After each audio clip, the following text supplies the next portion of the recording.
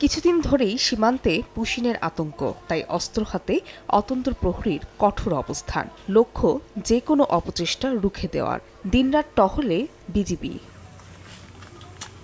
বৃহস্পতিবার ভোরে চাঁপাইনবাবগঞ্জ বাঙ্গাবাড়ী সীমান্ত দিয়ে ভারতীয় ভূখণ্ড থেকে ২৮ জনকে বাংলাদেশের দিকে ঠেলে পাঠানো হয়। তবে বিজিবির প্রতিরোধের মুখে বাংলাদেশে ঢুকতে পারেনি ওই দলটি। বিজিবির ১৬ ব্যাটালিয়নের অধিনায়ক লেফটেন্যান্ট কর্নেল মোহাম্মদ আরিফুল ইসলাম মাসুম এই পুশিনের চেষ্টার তথ্য নিশ্চিত করেন। বিজিবির বাধা পেয়ে পুশিনের চেষ্টায় থাকা দলটি আবারও শূন্যরেখায় অবস্থান নেয়। দলটিতে ২৮ জনের মধ্যে ১২ জন পুরুষ, ১০ জন নারী ও ৬ শিশু রয়েছে। এর আগে গত ১ জুন যশোরের শার্শা উপজেলার সাদিপুর সীমান্তের বিপরীতে ভারতের হরিদাসপুর এলাকায় প্রায় ১০০ থেকে ১২০ জন নারী, পুরুষ ও শিশু এবং ৩ জুন একই সীমান্ত দিয়ে আরও ১৫ জনকে পুশিনের চেষ্টা করে বিএসএফ। বিজিবির তৎপরতায় সফল হয়নি তারা।